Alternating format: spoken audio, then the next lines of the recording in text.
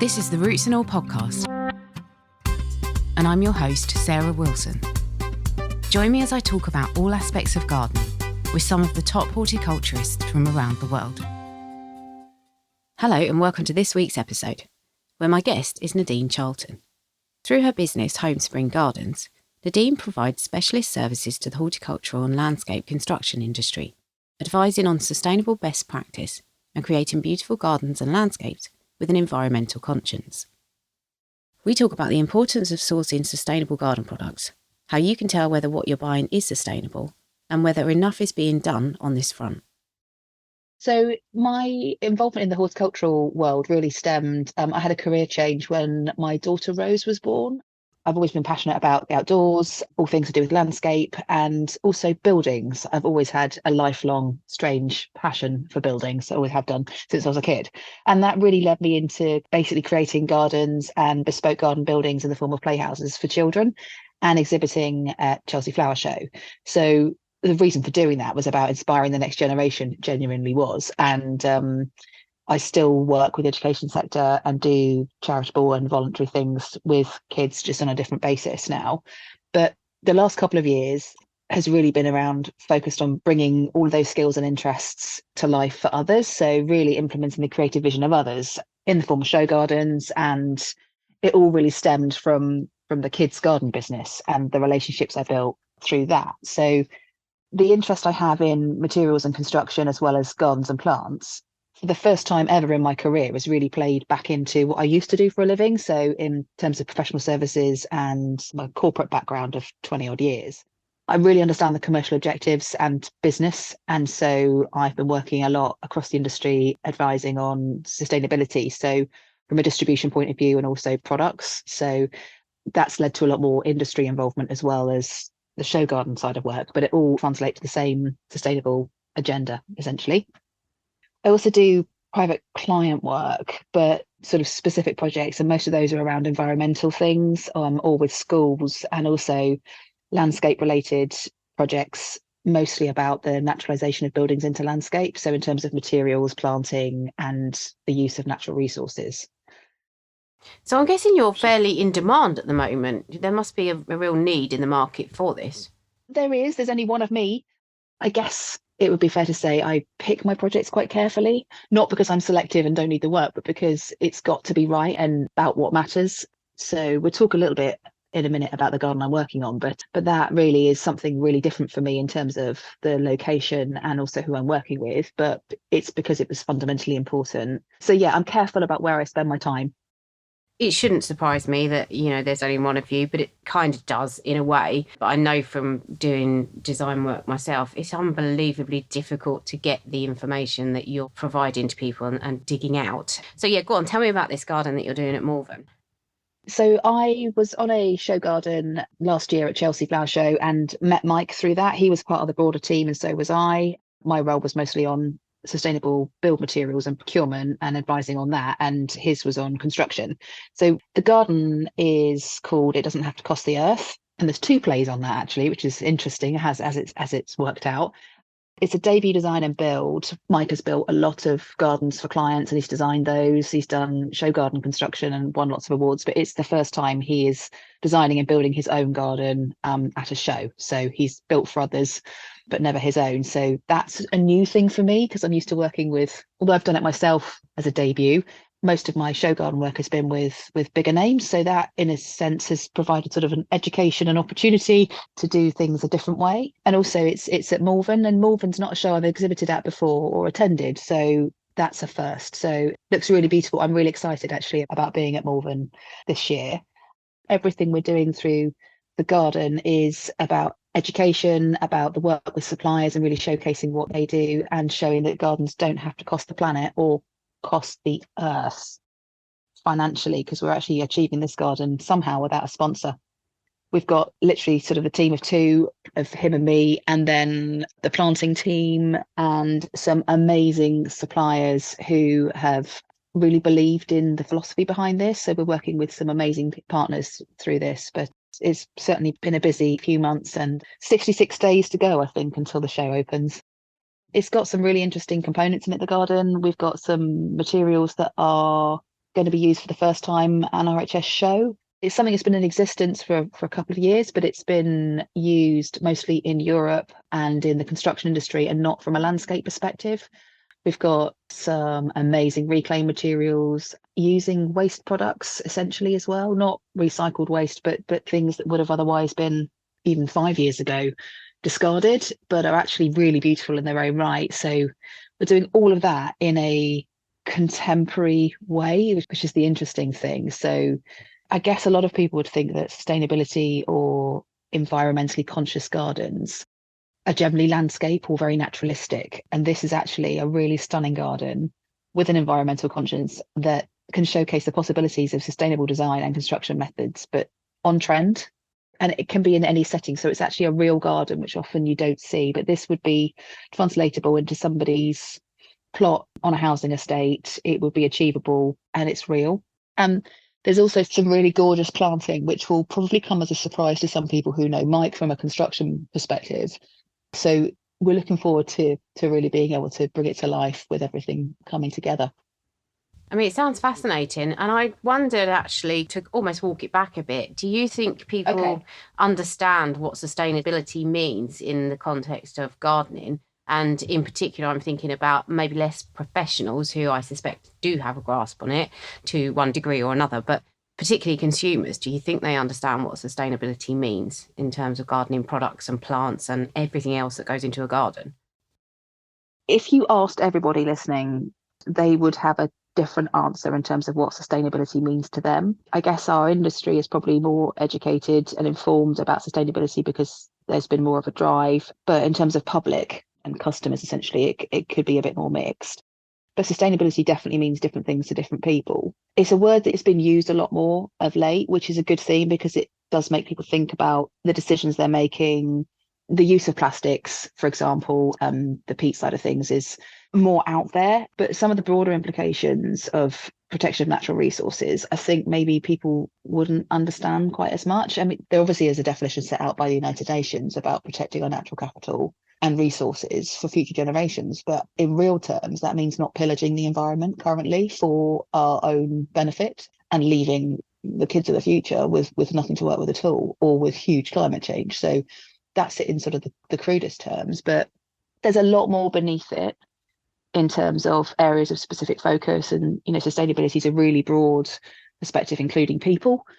I think if we're thinking about the environmental side, certainly within the consumer industry, people are more conscious about protecting the future. And I think the experience we had with the pandemic probably focused people's minds on the impact we've all been having on the environment. One, how fragile it is and how things move so quickly.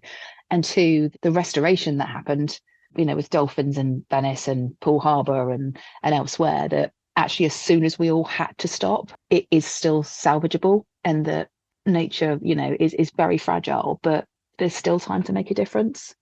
Yeah, I think people do pay attention, particularly if there's something that is brought into focus. The other thing that I found working in design very, very difficult, even as an industry professional, was actually trying to make sure that what I was purchasing was sustainably sourced. Trying to sort out the provenance of things was so tricky. Tracing it back to where it came from, whether it come from a responsibly sourced place, it was just so difficult. And I think it's a bit of a minefield. So have you got any tips for people who are looking at purchasing or building or growing plants sustainably? How can they kind of ensure that what they're doing is the right thing? A bit of a simple analogy here, and one of my other life passions is about food, growing it and eating it and cooking it. And that's plant-based, or it's plant-based things that are feeding animals, which we then consume as well. So it's all connected essentially.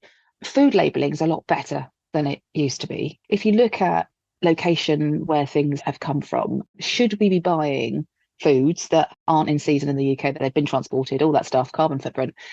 That is something that people are more aware of. I'm not sure to the same degree from a plant perspective whether people have been thinking the same way about where trees have come from in terms of stock or plants.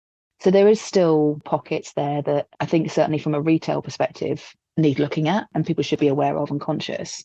Thinking about how can we ensure we're purchasing and building and growing plants sustainably. I personally think about things in budgetary terms, and I don't mean financial budget. I just think about carbon budget or environmental budget. And I often recommend for other people to do the same. So you can't always do everything right. It's a bit like the pandemic thing, who are you prepared to socialize with? Who are your contact points? It's kind of the same. So it's not possible to achieve everything. But in the round, if you're thinking about things with that lens, some of the things that might challenge that would be around cost, or if you're working for a client, the client's views, or if there's regulation. I'm thinking here about if you're building something, you might have to have a steel frame, for example. So actually, how do you then offset that with other things that you're doing? But I guess it's about conscience, making the right decisions and having awareness. So if you need to do something less environmentally friendly, do it once and do it well, whether that's a tree purchase or something traveling a long distance and you thinking about, what's the impact of doing that. It's better than repeating the same thing several times over. So using materials that last. Where do you spend your budget, your non-financial budget, but basically don't waste? Think about things, where have they come from? Can you use something different, even if it's new, but it's a different use of something, if it's old or even if it's rescued? So something I am an advocate for is the ugly vegetables analogy.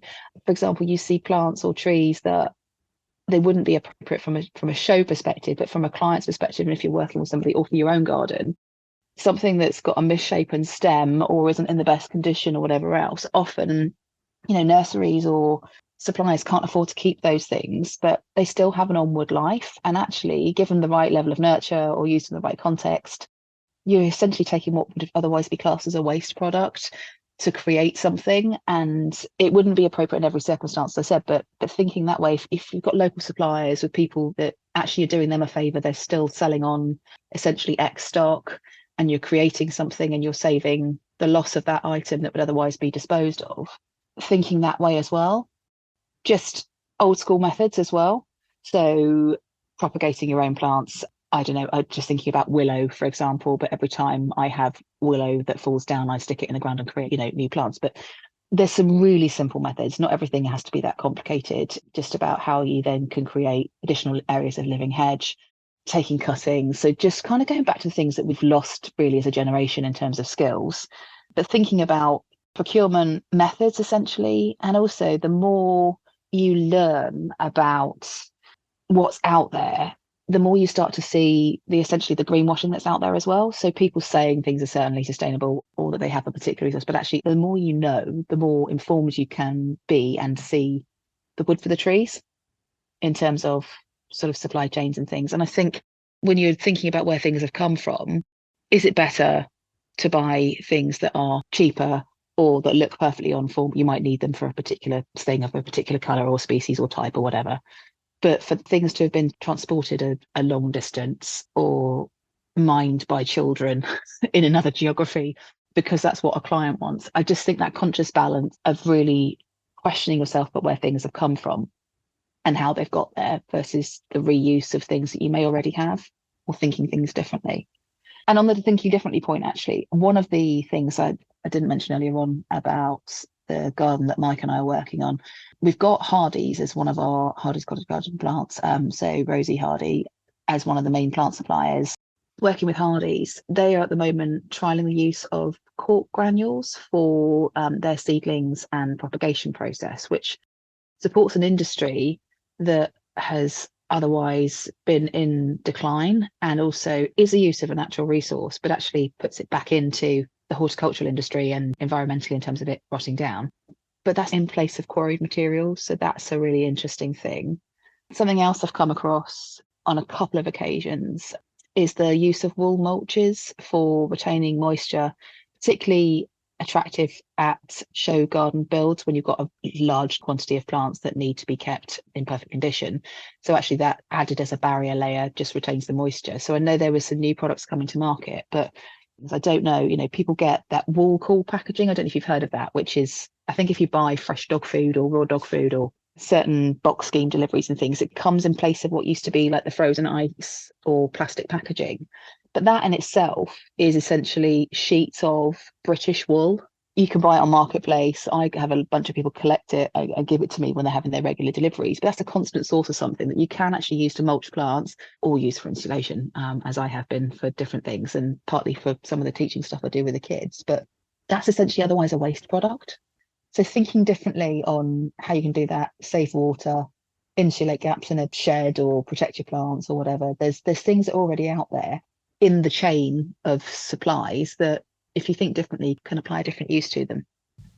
Yeah, so it's a bit of lateral thinking about how you use stuff. I mean, obviously you're immersed in this world, but I'm guessing it's vast and it is a bit of a minefield, as you said, especially when you think about greenwashing. I mean, how do you keep up with the newest products and the sort of innovations? And, is it easier for you to do that because you are part of that world?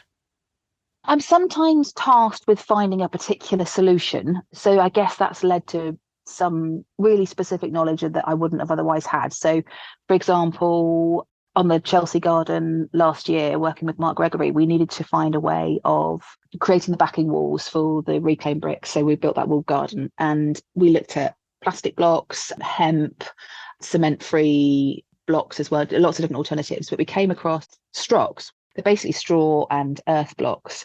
I've been a bit of a guinea pig since then. I've taken it one step further, but I'll come back to that. But they're basically made by a brickworks using clay they have on site, straw from their farm and harvested rainwater.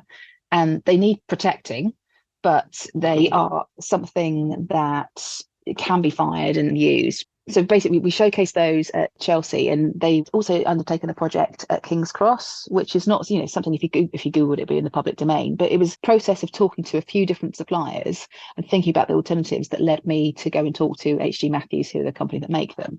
We took it a step further because I've actually got a horticultural building here, and I was wanting to use them, and I know that the team at HG Matthews were keen to try and do something different with site soil from another location. So we used mine and have created a guinea pig from Hampshire-based soil, but that's something that otherwise would have been going off to recycling. So it would have been a waste product, and we've played around with it. So I'm prepared to take risks and experiment. So that's where I've learned more, and I'm keen to try and share that with people.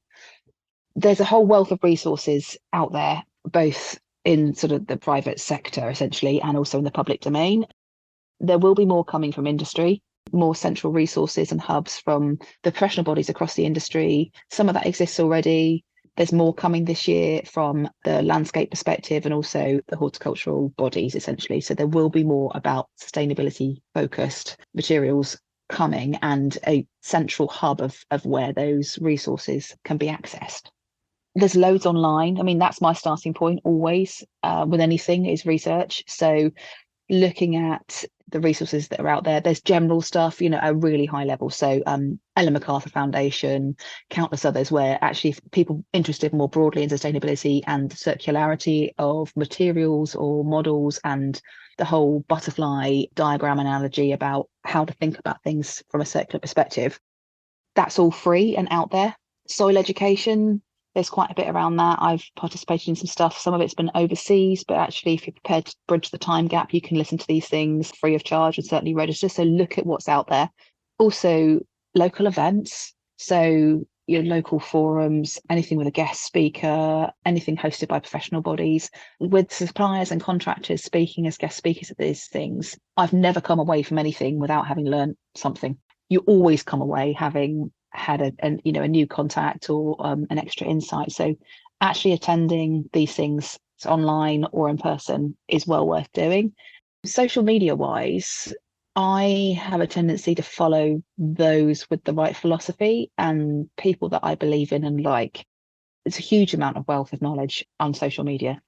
So get online and actually look at the people that you believe in and like their style, and they want to share and innovate. So the more you look, the more you see. And also it will help with the understanding of the less good elements, not necessarily of those people, but by contrast.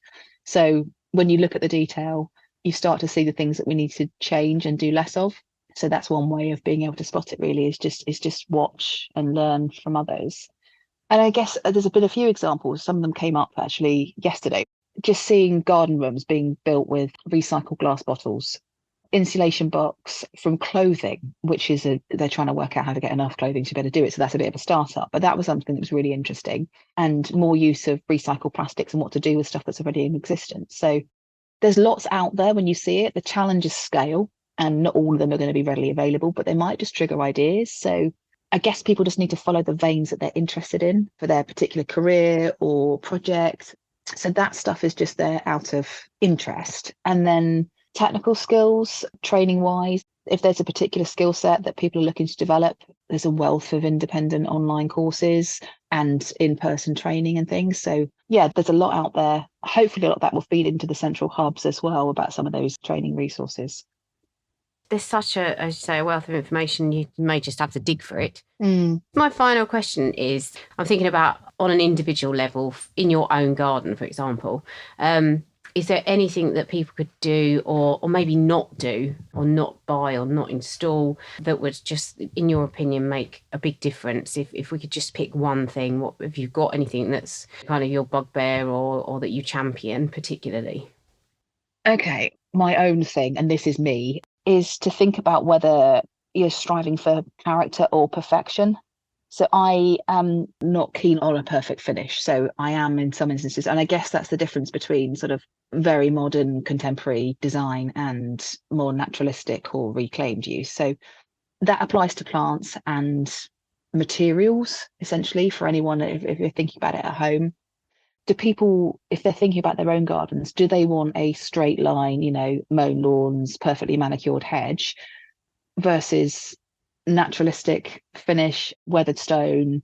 So that's the thing, is character versus perfection. And that helps drive sustainable choices in terms of planting, species and procurement, but also materials, and whether people could then be reusing materials they already have on site or things in a different way. And it doesn't mean it has to be traditional looking. It's just actually, do they want something to look like it's been there forever? That was something someone always said about my gardens and playhouses for the kids, was that they look like they'd been there forever. Well, that was kind of the plan, essentially, is that it wasn't just sort of a new thing.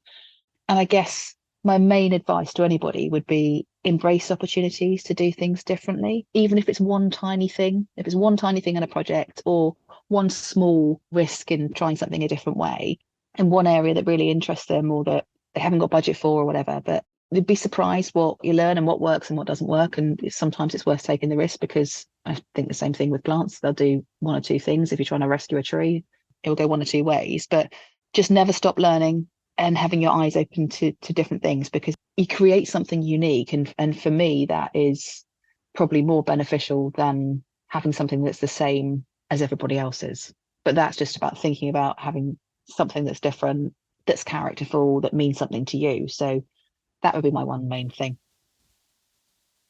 Thank you very much to Nadine for taking part in this interview, and thank you for listening. Thanks also to Sam at Modica Gardens for recommending Nadine as a guest.